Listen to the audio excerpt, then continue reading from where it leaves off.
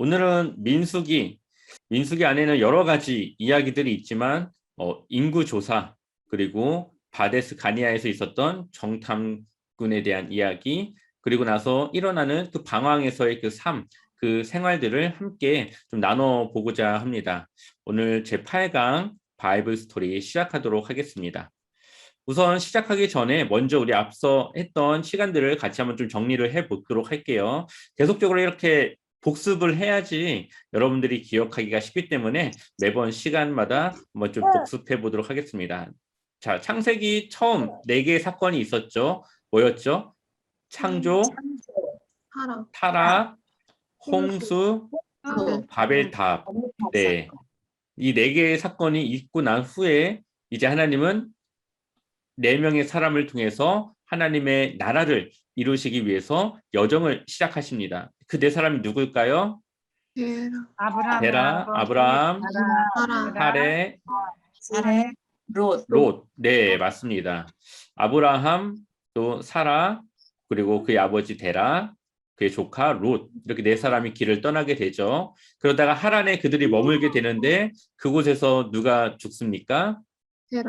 아버지 데라요. 데라가 죽게 됩니다. 그리고 나서 3사람은 또 길을 떠나게 되고 이제 이 아브라함은 가나안에 정착해 살아가게 되죠. 거기서 누굴 낳죠? 아브라함이 이삭을 낳죠. 또 이삭은 또 야곱과 에서를 낳지만 야곱의 12아들을 통해서 하나님의 그런 백성들이 일어나게 됩니다. 그 중에서 요셉을 통해서 애굽의 그 총리가 되게 하셔서 야곱의 가족들이 이주할 수 있는 그런 기반을 마련하시고 기근을 피해서 애굽으로 이주를 하게 되죠. 이게 창세기의 내용입니다. 자, 출애굽기 들어와서 이들이 이제 노예로 생활하게 되는데 모세를 통해서 이 백성을 이제 구원해 내시는 하나님의 일들이 일어나게 됩니다.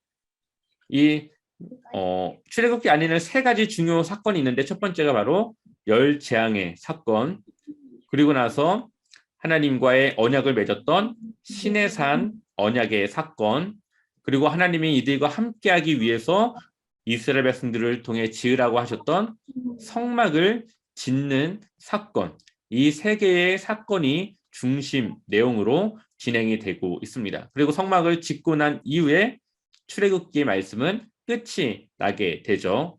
그리고 이제 이 성막에서 이루어지는 이 하나님의 그 예배하는 그런 제사라던가 또 하나님을 위해 섬겨야 될 그 절기에 대한 그 외에 또 제사장들과 일반 성도들이 가져야 될 그 거룩함에 대한 이야기를 레위기를 통해서 하시는데 저희는 하나님을 예배하는 방법과 하나님과 동행하는 방법, 이 오제사, 7절기에 대해서 함께 나눴습니다. 오제사를 보게 되면은 번제는 모든 걸 태워드리죠. 그래서 하나님의 진노를 누그러뜨리고 우리 죄를 사하신 예수 그리스도에 대한 의미를 갖고 있습니다. 그리고 소제는 피 흘림이 없는 곡식으로 드려지는 제사입니다. 그래서 수확에 대한 감사, 그래서 부활의 첫 열매 대신 예수 그리스도에 대한 의미를 가지고 있습니다. 화목제는 하나님과의 관계 회복과 이웃과의 관계 회복에 대한 그런 제사고요. 그래서 하나님과 인간 사이에 화목을 이루어 주신 예수 그리스도에 대한 의미를 가지고 있습니다. 속죄제는 오염된 것을 정결케 하는 그 제사인데 십자가를 통해 우리를 깨끗게 하신 그 예수님에 대한 의미를 가지고 있고요. 속건제는 이 소유권에 대한 보상, 상대방의 것을 내가 손해를 입혔을 때 그것을 보상하는 그런 제사죠. 그래서 원래 가격에 20%를 더해서 갚는 그러한 것이었습니다. 그래서 우리의 죄값을 대신 지불하신 예수 그리스도에 대한 의미가 들어 있습니다. 7가지 절기. 첫 번째는 유월절이죠. 유월절을 이제 첫째 달, 이제 이 유대인의 달력으로 첫째 달, 우리의 달력으로는 한 3월 달 정도 됩니다. 늦으면 4월 달. 이때쯤 되는 이 시기에 유월절이 1월 14일, 유대인 달력으로 1월 14일 날 일어나게 되죠. 그래서 예수님께서 유월절 양으로 죽으셔서 이스라엘 백성들은 노예에서 자유가 됐고 우리는 죄에서 자유케 된 그러한 사건이 바로 이 유월절의 사건이죠. 그리고 무교절은 유월절 이 끝난 그 이후에 바로 무교절, 누룩이 들어가지 않는 무교병을 먹어야 되는 그런 절기입니다. 일주일 동안 들어지게 되고요. 이때 예수님은 십자가에 달려 죽으신 후에 무덤에 계신 그런 상태로 우리가 기억하시면 됩니다. 그리고 초실절은 이 무교절, 안식일 이튿날 이제 일어나는 그러한 절기인데 바로 부활의 첫 열매가 되신 예수님. 그래서 초실절, 그래서 유월절, 유교절, 초실절은 바로 하루씩 걸러서 시작된다고 기억을 하시면 됩니다. 그래서 유월절 때가 성금요일, 예수님이 십자가에 돌아가신 날, 무교절은 무덤에 머무신 날, 초실절은 예수님이 부활하신 날, 이렇게 기억을 하시면 되겠습니다. 그리고 오순절은 초실절이 시작되는 그날로부터 50일이 지난 그 시기고요. 그래서 오순절 10이 5번, 수는 10이잖아요. 그래서 10이 5번, 때로는 77절. 77절. 네. 7주가 7번. 7번 네. 들어가고. 이렇게 되는 날. 네. 그래서 이때 성령을 보내주신 사건이 신약 성경에 기록이 되어져 있습니다. 여기까지가 이제 전반기에 일어나는 절기고요. 후반기 이제 나팔절인데요. 나팔절은 이제 유대력으로는 한 7월 달, 그리고 우리나라 이제 달력으로는 한 9월 달 정도 되고 9월 1일 우리나라 달력으로 이제 9월 1일 정도가 이제 이스라엘에는 새해로 이제 새롭게 이들이 시작하는 해입니다. 그래서 나팔을 불면서 새해가 이제 임할 때를 이제 첫 이제 시작이 됨을 알리고요. 이스라엘 백성들이 이제 나팔은 이제 예수님의 그 메시아의 이 도래에 대한 메시지를 담고 있는데 이것이 지금은 재림 때에 나팔과 함께 오실 예수님에 대한 그 의미로 볼 수가 있습니다. 그래서 새로운 이제 삶과 또 심판이 있는 그러한 날로 기억하시면 되겠습니다. 대속죄일은 이제 이스라엘의 모든 국민들의 백성들의 죄를 속죄하는 날이죠. 그래서 이제 7월 10일 네, 들어지게 되고요. 그래서 대제사장으로 인류의 모든 죄를 속하신 예수님에 대한 의미를 담고 있습니다. 그리고 나서 장막절은 이제 이스라엘 백성들이 광야에서 장막을 치고 이제 살았던 그것을 기념하는 것이고 모든 추수가 이제 끝맺는 그러한 것을 의미하는 모든 추수를 다 맺어서 이제 곡간에 가둬두는 수장절이라고도 불리고 초막절이라고도 불리죠. 왜 초막절이냐? 장막을 칠 때 위에 풀을 덮었기 때문에 풀로 그 장막을 지었기 때문에 초막절이라고도 불리게 됩니다. 네, 이렇게 7가지 절기에 대한 내용을 지난 시간까지 우리가 나눠 보았습니다. 오늘은 이제 민수기 내용을 함께 들어가 보도록 할게요. 네, 첫 번째는 인구조사입니다. 민수기 책의 뜻이 뭘까요? 바로 백성의 수예요. 네, 백성 민자 그리고 숫자 관련된 수 해가지고 백성의 수. 그래서 백성의 수를 이제 민수기 시작부터 세게 됩니다. 한번 우리 민수기 1장 2절 3절 한번 같이 읽어보겠습니다. 함께 읽겠습니다. 너희는 이스라엘 자손의 모든 회중 각 남자의 수를 그들의 종족과 조상의 가문에 따라 그 그 명수대로 계수할지니 이스라엘 중 20세 이상으로 싸움에 나갈 만한 모든 자를 너와 아론은 그 진영별로 계수하되. 아멘. 자, 남자의 수를 세죠. 그 이유가 뭡니까? 싸움에 나갈 만한 사람들을 세는 거예요. 그러니까 이제는 이제 이스라엘 백성들이 전쟁을 치러야 되는 때가 이제 오게 되는데 그때 전쟁할 수 있는 사람의 수를 지금 세는 겁니다. 그 숫자가 몇 명이냐? 약 60만 3,550명이에요. 그러니까 이 20세 이상의 남자들, 전쟁에 나가서 싸울 수 있는 남자들의 수가 60만 3,550명이니까 이스라엘 전체의 인구를 이제 계산해 보면은 약 200만 명, 적게는 200만 명, 대략 250만 명까지도 우리가 그 인원을 볼 수가 계산을 잡아볼 수가 있습니다. 그러니까 굉장히 큰 인구의 이동이라고 우리가 볼 수가 있죠. 근데 이 계수에는 누가 빠집니까? 지금 레위 지파는 빠져요. 왜? 레위 지파는 누구를 위해 일하는 사람들이에요? 하나님을 위해 일하는 사람들이에요. 그래서 이들은 전쟁에 나가면 안 되고 하나님을 위해서 성막에서 또 제사장으로 이제 해야 될 일들을 감당해야 되기 때문에 이들은 전쟁에 나갈 사람들의 숫자에는 포함되지 않습니다. 자, 그리고 나서 무엇을 시작하냐? 이제 이동을 시작해요. 한번 우리 같이 민수기 9장 1절 말씀 같이 먼저 읽어보겠습니다. 함께 읽겠습니다. 애굽 땅에서 나온 다음의 첫째 달에 여호와께서 시내 광야에서 모세에게 말씀하여 이르시되 아멘. 자, 다음 해, 그러니까 지금 출애굽을 하고 1년이 지난 거예요. 지금 1년이 지나고 나서 이제 하나님께서 무엇을 명령하냐? 9장 2절에 무엇을 지키라고요? 유월절을 지키라고요. 자, 유월절은 첫째 달 14일 날 이제 지키죠. 이제 1년이 지났고 또 다시 첫째 달이 되었어요. 그리고 하나님은 이 유월절을 지키라 말씀하십니다. 자, 이들이 유월절을 지킨다는 것은 무슨 의미죠? 이 이스라엘 백성들을 애굽에서 구원해 주신 하나님의 그 은혜를 기억하는 시간이에요. 그러니까 하나님과의 그 동행의 시간인 거죠. 하나님의 은혜를 기억하는. 자, 그래서 유월절을 지키라고 말씀하십니다. 그리고 나서 유월절이 지켜지고 그 다음 달, 둘째 달, 20날.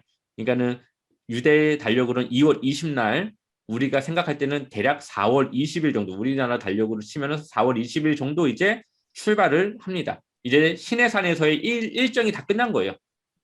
시내산에서 성막을 짓고 율법을 얻고 레위기 그 말씀대로 이들이 교육을 받고 했던 모든 시간들이 딱 끝나고 이제 이들이 이제 이동을 시작하게 됩니다. 한번 우리 민수기 10장 11절 같이 읽어볼게요. 함께 읽겠습니다. 둘째 해 둘째 달 20날에 구름이 증거의 성막에서 떠오르매. 아멘. 자, 이들이 무엇을 보고 떠나죠? 구름이 성막에서 떠오른 것을 보고 떠나게 되죠. 하나님의 사인이 온 거죠. 떠나라고 하는. 자, 어디로 가느냐? 민수기 10장 12절 같이 읽어보겠습니다. 이스라엘 자손이 시내 광야에서 출발하여 자기 길을 가더니 바란 광야의 구름이 머무느니라. 아멘. 자, 구름이 어디서 멈췄습니까? 바란 광야에 구름이 멈췄어요. 구름이 멈춘 걸 보고 이스라엘 백성들도 멈추기 시작합니다. 자, 한번 우리가 지도로 한번 한번 볼게요. 자, 여기 민이라고 써 있는 이 부분이 바로 시내산이 있었던 곳이라고 추정을 합니다. 물론 시내산은 정확하게 어딘지는 사실 알 수는 없어요. 하지만 대부분의 학자들이 이 부분에 시내산이 있었을 것이라고 그냥 추정을 해요. 그래서 이 시내산에서 대략 한 11개월 정도의 시간을 머물렀고 이제 출발을 하게 되는데 바란 광야에 이제 구름이 머물렀고 이곳은 어디냐? 가데스 바네아. 가데스 바네아는 정탐꾼을 보낸 지역이에요. 그러니까는 지금 이제 나중에 또 지명이 나오겠지만 하세롯, 엘랏 그 지나서 바란 광야에 지금 머물게 되었다라는 것을 우리가 기억하면 되겠습니다. 그리고 이제 38년 동안 이제 광야를 돌게 되는데 그냥 이렇게 도는 거예요. 계속 38년 동안. 네. 그러다가 나중에 이렇게 들어가는 루트입니다. 그래서 지금은 시내산에서 출발해서 어디에 도착했습니까? 바란 광야에 도착했다. 이것을 한번 머릿속에 그려보면 되겠습니다. 자, 이제 여기서부터 여러 가지 일들이 생기기 시작하는데요. 그 중에 하나가 뭐냐? 바로 미리암, 모세의 누나죠. 모세를 처음에 갈대 상자에 떠밀려 갔을 때에 모세를 이제 공주에게서 어머니에게로 데려갔던 이 미리암이 이제 문둥병에 걸리는 사건이 일어나게 됩니다. 어떻게 그런 일이 일어나느냐? 자, 12장 1절 말씀 같이 먼저 읽어보겠습니다. 함께 읽겠습니다. 모세가 구스 여자를 취하였더니 그 구스 여자를 취하였으므로 미리암과 아론이 모세를 비방하니라. 아멘. 이 구스 여자라는 거에 대해서는 조금 여러 가지 의견들이 있어요. 이 여자가 누군지 정확하게 알 수는 없지만 어쨌든 이방 여인입니다. 이방 여인. 이방인들과는 결혼하지 말라고 하는 이제 하나님의 그런 율법이 있는데 그것을 모세가 지금 어겼다고 하는 거죠. 지금 그걸 가지고 지금 미리암과 누가요? 아론이 모세를 지금 비방하는 일이 일어납니다. 근데 이것은 이제 명분이에요, 명분. 실제적인 이 내막은 다른 데 있습니다. 한번 2절 말씀 같이 읽어보겠습니다. 함께 읽겠습니다. 그들이 이르되 여호와께서 모세와만 말씀하셨느냐 우리와도 말씀하지 아니하셨느냐 하매 여호와께서 이 말을 들으셨더라. 아멘. 자, 이들이 지금 구스 여자에 대한 이야기를 하지만 실질적으로는 여기에 뭐가 깔려 있는 거예요? 너만 리더냐? 너만 하나님의 일을 하는 사람이냐면서 지금 모세의 그 리더권에 대한 도전을 하고 있는 거예요, 지금. 근데 이것을 누가 들었어요? 하나님이 들었어요. 자, 그리고 어떻게 됐을까요? 6절 말씀 같이 먼저 읽어볼게요. 함께 읽겠습니다. 이르시되 내 말을 들으라. 너희 중에 선지자가 있으면 나 여호와가 환상으로 나를 그에게 알리기도 하고 꿈으로 그와 말하기도 하거니와. 아멘. 네. 보통 하나님께서 선지자들에게 이렇게 말씀하시죠. 환상으로 알리거나 꿈으로 말하거나 이제 이런 식으로 이제 말씀을 하시는 경우가 있습니다. 그런데 모세하고는 어떻게 대화를 하죠? 8절 말씀 같이 읽어보겠습니다. 함께 읽겠습니다. 그와는 내가 대면하여 명백히 말하고 은밀한 말로 말하지 아니하며 그는 또 여호와의 형상을 보거늘 너희가 어찌하여 내 종 모세 비방하기를 두려워하지 아니하느냐. 아멘. 그러니까 지금 하나님께서 모세가 아론과 미리암과 같다고 생각해요? 틀리다고 생각합니까? 틀리다고 생각하는 거죠. 지금 이 미리암과 이 아론이 우리도 똑같이 하나님하고 대화하잖아, 말하잖아. 그런데 하나님은 너네하고 모세는 달라. 이렇게 말씀하시는 거예요. 그러면서 모세에게 이렇게 비방하는 것에 대해서 두려워해야 된다고 말씀하십니다. 하나님이 세운 리더는 누굽니까? 모세죠. 때로는 상황에 따라서 미리암과 또 아론과 그들과도 하나님이 메시지를 줄 수 있겠지만 실질적인 리더는 모세에게 있고 하나님은 그 모세를 통해서 지금 이스라엘 백성들을 이끌고 가고 있어요. 그러한 리더권, 하나님이 주신 그 권한에 대해서 미리암과 아론이 도전하고 그것에 대해서 비방하지만 하나님은 그러면 안 된다라는 것을 지금 보여주고 있습니다. 그 결과 어떻게 됩니까? 미리암이 나병에 걸리게 되죠. 그러니까는 이 성경에는 나와 있지 않지만 이 아론과 미리암이 이렇게 한 일에 대한 주 범위는 바로 이 미리암에 있다라고 지금 성경은 보고 있는 거예요. 어떠한 이유와 어떠한 사정인지는 정확하게 나와 있지는 않지만 그에 대한 죄값을 이제 미리암에게 이제 주고 있습니다. 그래서 이 미리암이 이제 이 나병이 걸린 이 시간 한 일주일 정도를 이제 진영 밖에서 지내다가 다시 돌아오고 그리고 나서 다시 길을 떠나게 됩니다. 한번 같이 우리 12장 15절 16절 같이 읽어보겠습니다. 함께 읽겠습니다. 이에 미리암이 진영 밖에 이래 동안 갇혀 있었고 백성은 그를 다시 돌아오게 하기까지 행진하지 아니하다가 그 후에 백성이 하세롯을 떠나 바란 광야에 진을 치니라. 아멘. 자, 아까 전에 구름이 바란 광야에 머물렀죠. 그러니까 그 바란 광야에 가기 이전에 그 사이에 있었던 일이에요. 이게 지금 하세롯. 바란 광야에 도착하기 전 이제 시내산에서 출발해서 바로 처음에 있었던 이 하세롯이라고 하는 곳에서 있었던 일이에요. 그래서 이 미리암이 이 문둥병이 다 나을 때까지 일주일 동안의 시간이 있었는데 이래 동안 갇혀 있다가 그가 돌아오고 난 후에 하세롯을 떠나 바란 광야에 이제 진을 치고 이제 하게 됩니다. 그래서 아까 이 바란 광야에 가기 전에 하세롯, 자 여기에서 지금 그 일이 있었고 이제 출발을 이제 하게 되는 것이죠. 자, 이제 이 바란 광야에는 이제 가데스 바네아라는 곳이 있는데 이것은 굉장히 좀 좋은 곳이에요. 뭔가 물도 있고 풍성한 그런 지역인데 여기에서 이제 정탐꾼을 보내게 됩니다. 자, 한번 우리 민수기 13장 1절 2절 같이 읽어보겠습니다. 여호와께서 모세에게 말씀하여 이르시되 사람을 보내어 내가 이스라엘 자손에게 주는 가나안 땅을 정탐하게 하되 그들의 조상의 가문 각 지파 중에서 지휘관된 자 한 사람씩 보내라. 아멘. 자, 정탐꾼을 보내는데 각 지파 중에 지휘관된 자 한 사람씩, 그러니까 총 몇 명입니까? 12명의 사람을 이제 정탐꾼으로 보내게 됩니다. 그리고 이들이 며칠 동안 정탐을 해요? 40일 동안 정탐하기를 마치고 돌아와서 바란 광야 가데스 바니아에 다시 돌아오게 되는데 이들이 회중에게 보고하는데 그 땅의 과일을 보여줍니다. 그러니까 그들이 가져온 과일이라든가 여러 가지 그들이 본 거는 이 가나안 땅이 굉장히 풍성하고 과일도 크고 아주 먹을 것이 많은 그러한 곳이라는 것을 보고 왔어요. 근데 이들이 이렇게 다시 또 보고를 합니다. 민수기 13장 31절 말씀을 먼저 읽어볼게요. 같이 읽어보겠습니다. 그와 함께 올라갔던 사람들은 이르되 우리는 능히 올라가서 그 백성을 치지 못하리라. 그들은 우리보다 강하니라 하고. 아멘. 자, 이들이 좋다고 보고 왔는데 뭐라고 고백해요? 우리는, 그러니까 이스라엘 백성들, 우리는 능히 올라가서 그 백성을 못 친다. 그들은 우리보다 강하다. 지금 하나님이 없고 누구만 있어요? 자신들의 지금 능력을 보고 있죠. 이어서 33절 말씀 같이 읽어보겠습니다. 거기서 네피림 후손인 아낙 자손의 거인들을 보았나니 우리는 스스로 보기에도 메뚜기 같으니 그들이 보기에도 그와 같았을 것이니라. 아멘. 그러니까 그들은 거인이고 이스라엘 백성들은 뭐라고 그래요? 메뚜기라고 말을 해요.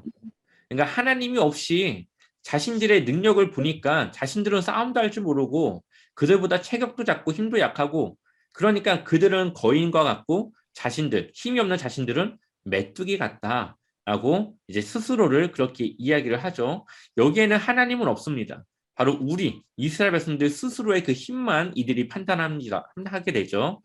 자, 그리고 나서 다시 또 이제 여호수아와 갈렙의 고백은 다릅니다.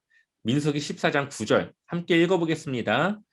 다만 여호와를 거역하지는 말라. 또 그 땅 백성을 두려워하지 말라. 그들은 우리의 먹이라. 그들의 보호자는 그들에게서 떠났고 여호와는 우리와 함께 하시느니라. 그들을 두려워하지 말라 하나. 아멘. 자, 그들은 뭐라고요? 먹이래요. 먹이. 그 10명의 사람들은 가나안 땅에 있는 사람들은 거인이라고 말했는데 오히려 여호수아와 갈렙은 그들은 우리의 먹이다. 우리가 정복해야 될 그 사람들이다 하면서 하나님께서 우리와 함께 하시는데 무엇이 두렵느냐 하면서 하나님을 신뢰하고 하나님을 의지하는 믿음을 가지고 있는 것을 보게 됩니다. 10명의 정탐꾼에게는 하나님을 믿는 믿음이 없었고 2명의 이 여호수아와 갈렙에게는 하나님을 의지하고 하나님을 믿는 믿음이 있었던 것을 보게 되죠. 결과가 어떻습니까? 자, 우리 한번 같이 읽어볼게요. 한번 중요한 말씀이기 때문에 우리 한번 같이 읽어보겠습니다. 함께 읽겠습니다. 그들에게 이르기를 여호와의 말씀에 내 삶을 두고 맹세하노라. 너희 말이 내 귀에 들린 대로 내가 너희에게 행하리니 너희 시체가 이 광야에 엎드러질 것이라. 너희 중에서 20세 이상으로서 배수된 자, 곧 나를 원망한 자 전부가 여분의 아들 갈렙과 눈의 아들 여호수아 외에는 내가 맹세하여 너희에게 살게 하리라 한 땅에 결단코 들어가지 못하리라. 아멘. 하나님께서 어떻게 하신다고요? 내 귀에 들린 대로 너희에게 행하리니. 그러니까 하나님께서 그들이 가진 믿음대로 그들이 입으로 고백한 고백대로 행하신다라고 말씀하시죠. 그러니까 우리가 평상시 하는 고백들 우리가 하는 이 말이 굉장히 중요하다라는 것을 이 메시지를 두고 있습니다. 우리가 하나님 앞에서 우리의 믿음으로 들어지는 우리가 하나님께 믿음으로 고백하는 이 고백이 하나님의 귀에 들리고 하나님은 그대로 행한다라고 말씀을 하고 있습니다. 결과가 어떻습니까?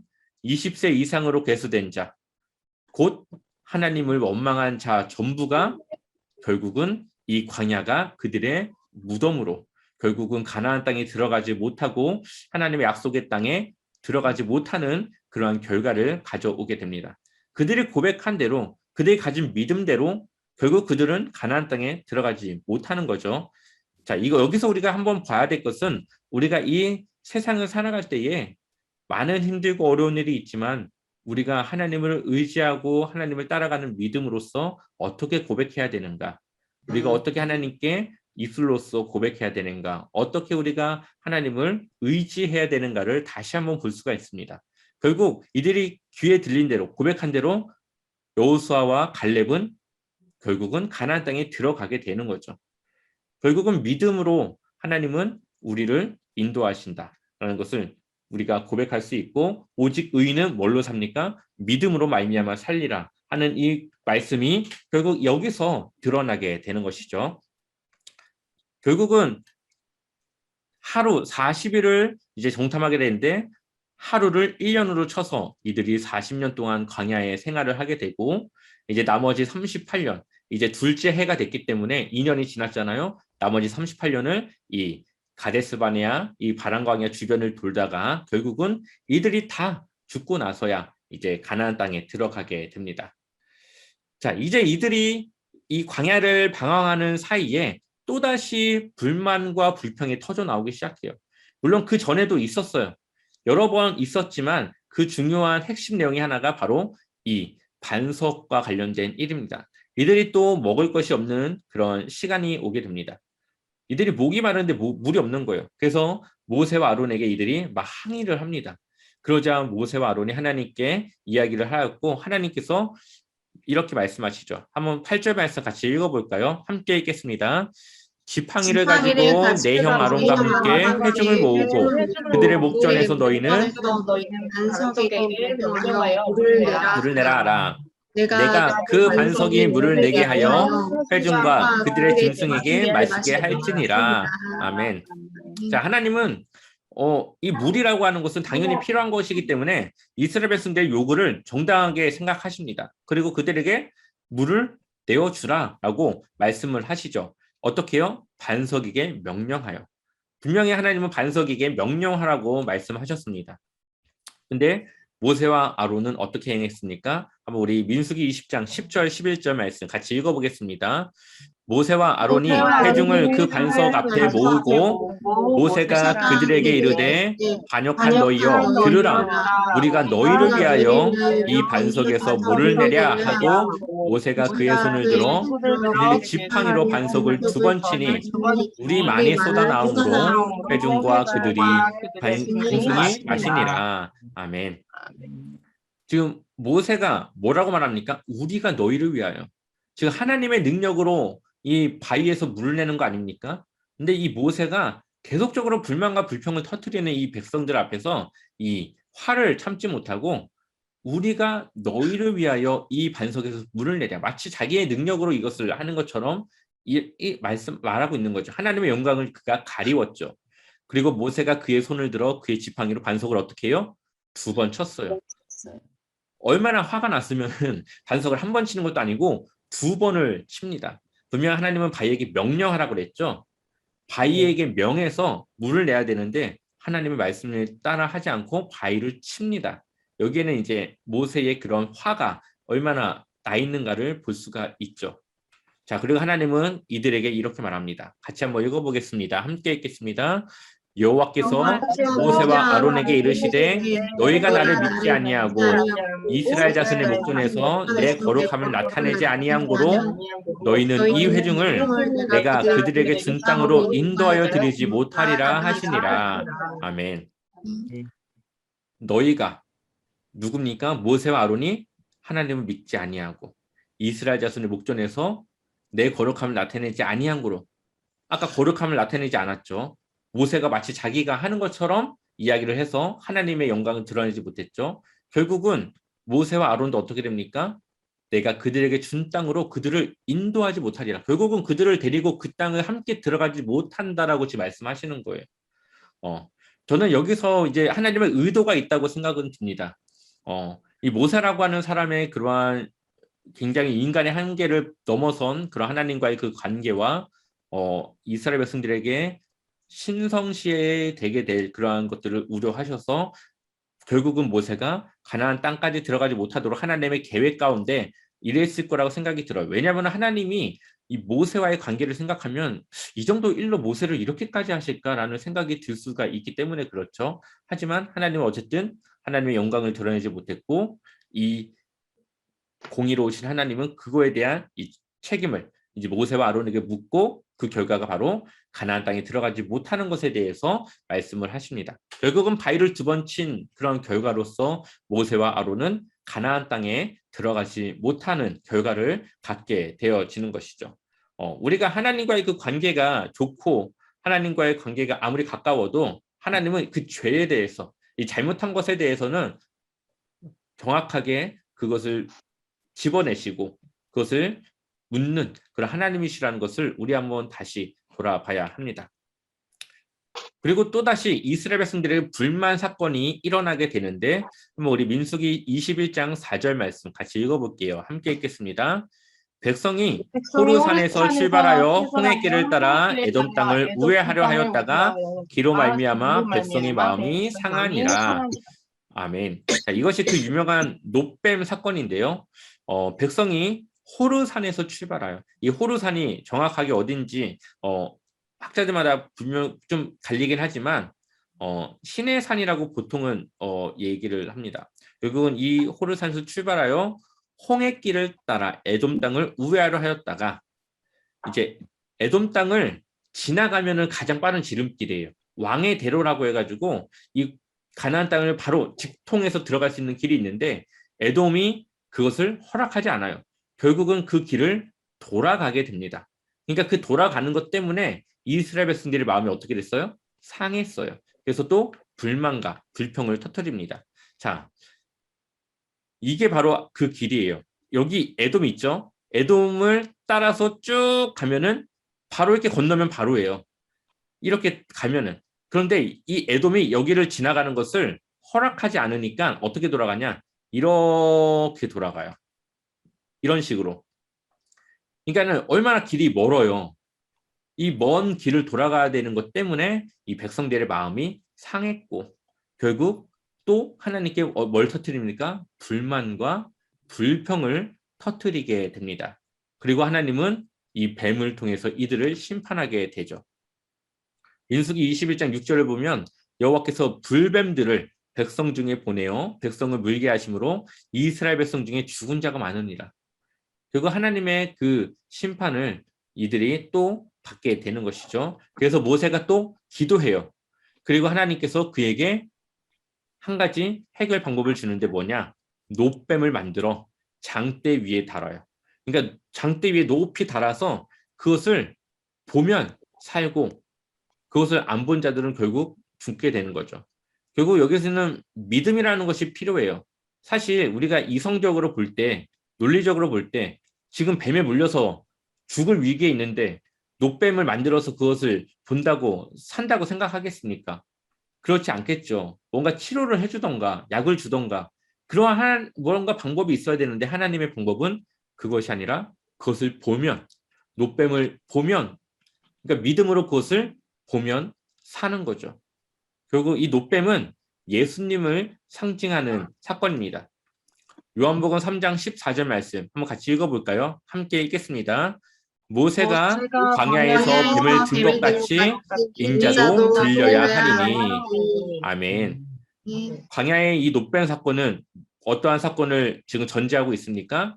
십자가의 사건을 예수님께서 직접 그 십자가의 사건에 달리실 것을 지금 예표하는 사건이에요.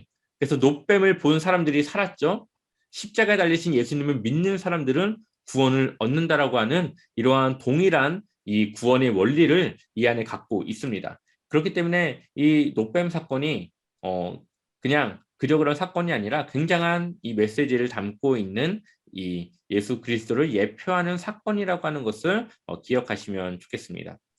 결국 이 고난 끝에 여러 가지 일이 있은 끝에 드디어 모압 평지에 도착을 합니다. 이 모압 평지라고 하는 곳은 이 요단강을 앞에 있는 이 요단강 동쪽에 있는 이 평지인데 바로 보면은 이 가나안 땅이 보이는 곳이에요. 이 요단강만 건너면 바로 가나안 땅으로 들어갈 수 있는 아주 가나안 땅에 밀접한 가까운 그런 장소입니다. 한번 우리 같이 읽어보겠습니다. 민수기 35장 1절 말씀 함께 읽겠습니다. 여호와께서 여리고 맞은편 요단강가 모압 평지에서 모세에게 말씀하여 이르시되. 아멘. 자, 이들이 여리고 맞은편, 여리고가 어디죠? 첫 번째로 가나안 땅의 정복의 시작을 알린 그런 사건이 바로 여리고 함락 사건이죠. 자, 이 여리고를 이제 건너편에 두고 이들이 요단강가 동쪽에 있는 모압 평지에 도착을 하게 됩니다. 자, 바로 여기에요.